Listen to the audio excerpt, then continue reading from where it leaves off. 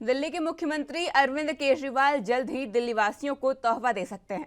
केजरीवाल ने प्रेस वार्ता करते हुए कहा कि हम 2015 में से हमारी सरकार है, तभी से हम प्रीमियर बस सेवा लाने की कोशिश कर रहे हैं, लेकिन अब लग रहा है कि ये सुविधा लोगों को जल्द मिल सकेगी। वहीं हमारे संवाददाता ने दिल्ली सरकार के द्वारा लग्जरी बसों को चलाए जाने के फैसले को लेकर सदर बाजार के व्यापारियों के साथ बातचीत की। उन्होंने क्या कुछ कहा, आइए आपको सुनाते हैं।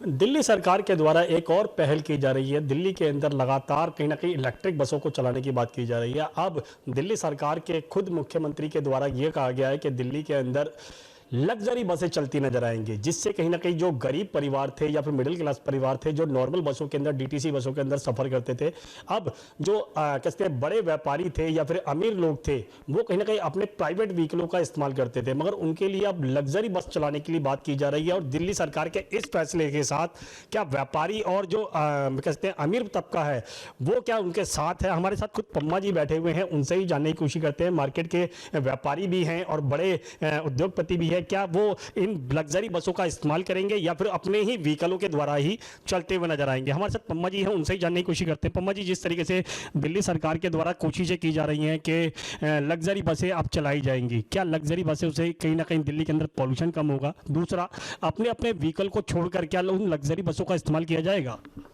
देखिए, सरकार की अच्छी शुरुआत है, मैं इसके लिए सरकार को बधाई देता हूं। मगर सबसे बड़ी बात यह है, सरकार जो ड्राइवर लाएगी वो कौन से लाएगी? क्या ट्रेन करवाएगी उनको?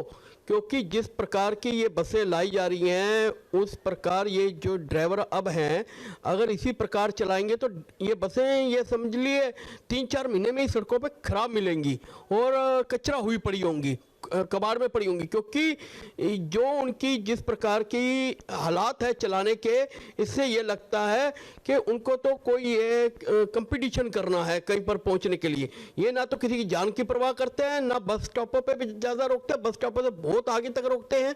इसके लिए सरकार को पहले तो उन ड्राइवरों को ट्रेनिंग देनी चाहिए और नए ड्राइवर लाने चाहिए जिससे ये कार्य हो सके।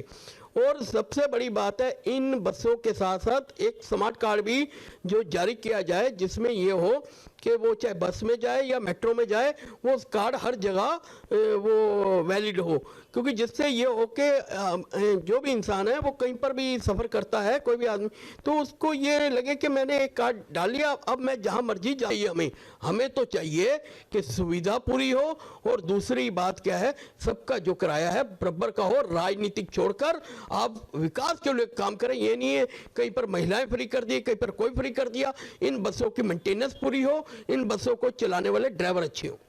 यहाँ पर बात करें जिस तरीके से व्यापारियों की, क्या व्यापारी इन बसों के अंदर सफर करेंगे? क्यों नहीं करेंगे?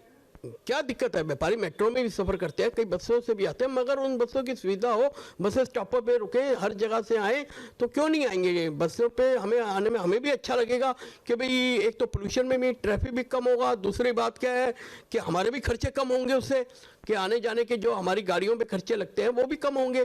तो हम बिल्कुल इसमें सफ़र करेंगे, ऐसी कोई दिक्कत नहीं।